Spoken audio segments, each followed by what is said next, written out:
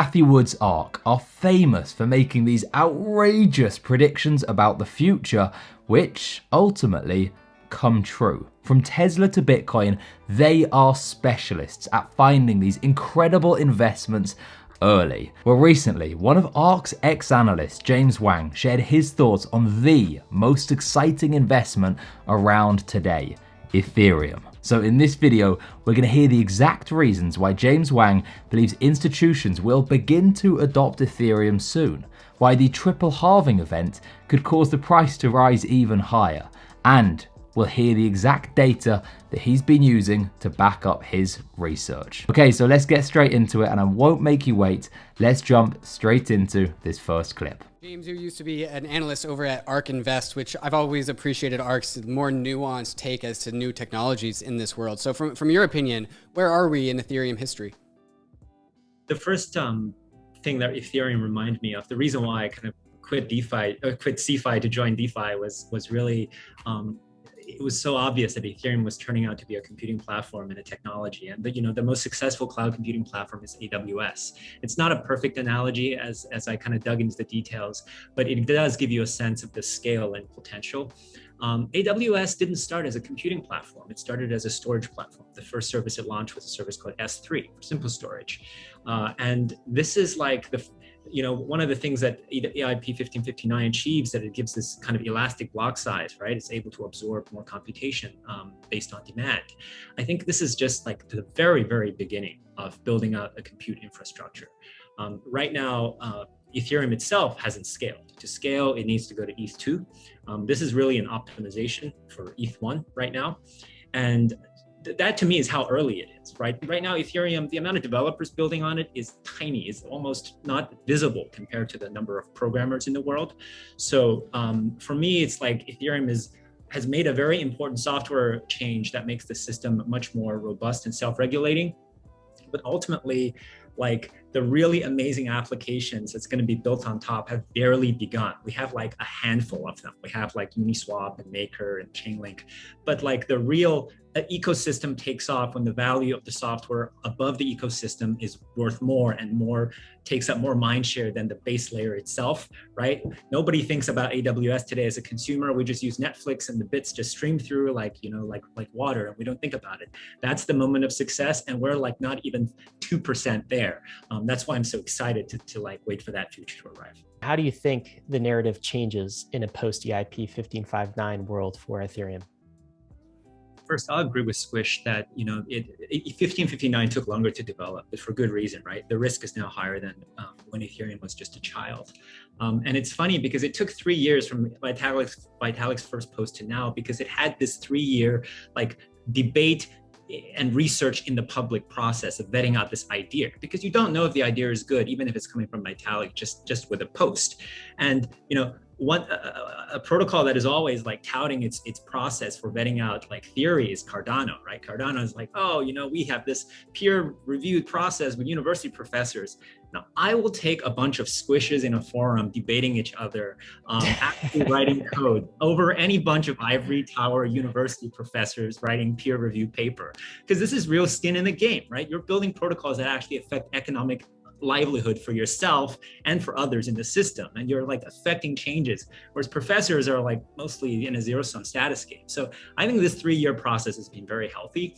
On the execution front, I would just say that execution is not something that is mostly interesting looking back. It's mostly looking forward. The reason why NVIDIA beat everyone was because it shipped new chips every 6 months for like 5 years. So the real question is, going forward, can Ethereum's developer community continue to ship every 6 months or whatever cadence it is, right? Like whether it hits the merge date, how well that goes is going to be very telling. You build up execution credibility by repeatedly hitting it, not by, retrospectively hitting a few milestones. So I think that's very key. At some point, people talk about the protocol ossifying, and maybe, just because the low-hanging fruit is picked, the rate of innovation will slow down a little bit. At that point, the determinant of success is going to shift from purely kind of shifting or shipping new code to almost like more boring, like biz dev and onboarding the rest of the world's GDP. That's a very different skill set. I think Ethereum has been okay at that skill set, but no one's been fantastic. Maybe some of the more TradFi companies or Ripple has been a little bit more better at that, in spirit at least. But at some point, Ethereum is going to have to like just do like the integrations with the boring offline world, and things like Chainlink are really important to do those integrations. So I think execute until we get to ETH2, prove the economic model. Maybe we have some better ideas to put in, and then concurrent with that, really ramp up the sensibility of we have to integrate with reality and the rest of the economy so that we can bring the whole internet base onto Ethereum.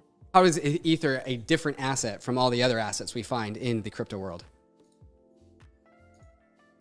It's a very tough question, honestly. And I agree, this is like the first thing that comes up.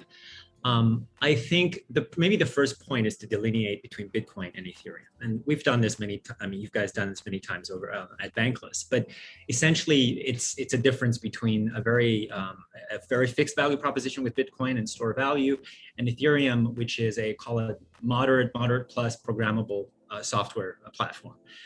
And it's like, I don't think we should try to sell people on Ethereum per se. We should just give them things to do that will make the value self-evident to them. So instead of trying to tell them, hey, here's the difference between Ethereum and EOS or Tether, or Tezos, I'll be like, hey, would you like to deposit $1,000 at 6, I don't know, whatever is the prevailing rate, 10% APY? That is possible, and it takes about 5 clicks. And that actually triggers a much more productive process with them, because it's something they can understand, because they've interfaced with the bank. They know the interest rate is 0.5% in the US or some minors percent in Europe, right? Which is absurd. And then you get them to move the money from their bank account to MetaMask, and then next thing they're in a Yearn Vault or Compound, and it is going 5-10%. And the next question, of course, is why? And then we can get to the mechanism of where the yields come from in DeFi, and what does blockchains have anything to do with this? The other thing you can do is just to have them experience the magic of ENS. I've been just trying to onboard my friends to ENS, and it's remarkably hard. I would think it's super easy. I'm like, did you want the first Hotmail account? Did you want to be called like, I don't know, jason@hotmail.com? If you had it, that was awesome, or Gmail, but if you didn't, now you're at, John123 at gmail.com. Getting the first ENS account with a name without a number is actually still possible, which is incredible, right? You can get a 5-character ENS address that works not just for sending ETH from point to point in the world, which is impossible before, but it even works across Bitcoin and Litecoin. It's a multi-coin address. It is email for money that's instantaneous, and it is small enough you can put it on your business card. So I try to expose people to these use cases. That's why I wrote that article, 5 actually useful things you can do with Ethereum, with crypto in 2021. And then you can, if people are interested, backstep to theory. Starting from theory, I think, is very challenging. There has been a lot of talk about cryptocurrency, of course, among the institutions. Bitcoin, though, has definitely been the lead asset, right? So you go into crypto, if you're an institution, you buy Bitcoin first.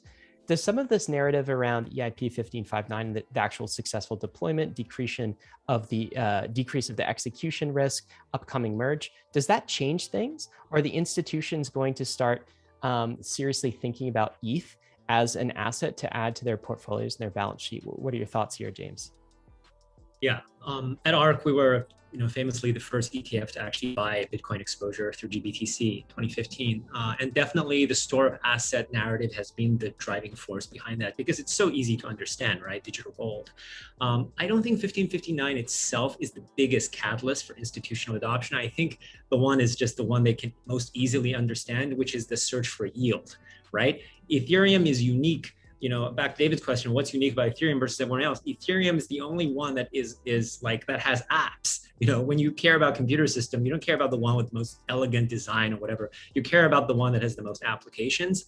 Ethereum has the most applications for DeFi and the only really effective platform for NFTs.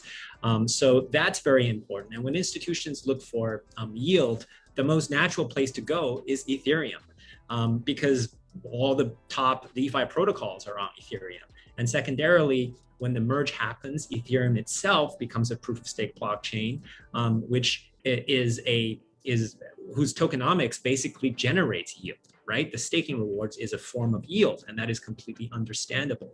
So I think that's what makes Ethereum very attractive from an institutional perspective.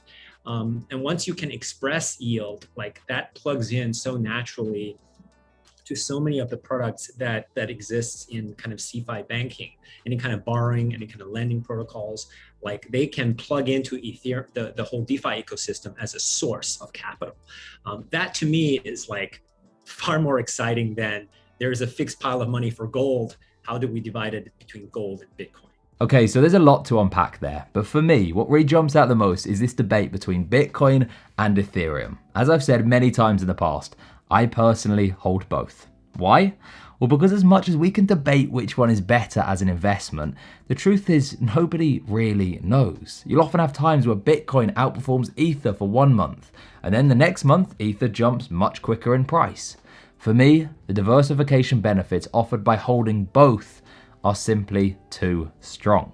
Having said that, I've also shared many times that the reason I first got into crypto was because of my friend telling me about Ethereum, and in particular, all of the amazing things that we could build on top of it. Now at the time, most of this was really just theory. Today, however, with the growth of DeFi, NFTs, stablecoins, tokenized securities, and even more, what was once a dream is now reality. So when I look at Bitcoin and Ethereum, personally, I am far more excited by Ethereum because to me, Ethereum represents the future of banking, the future of the sharing economy, and so much more.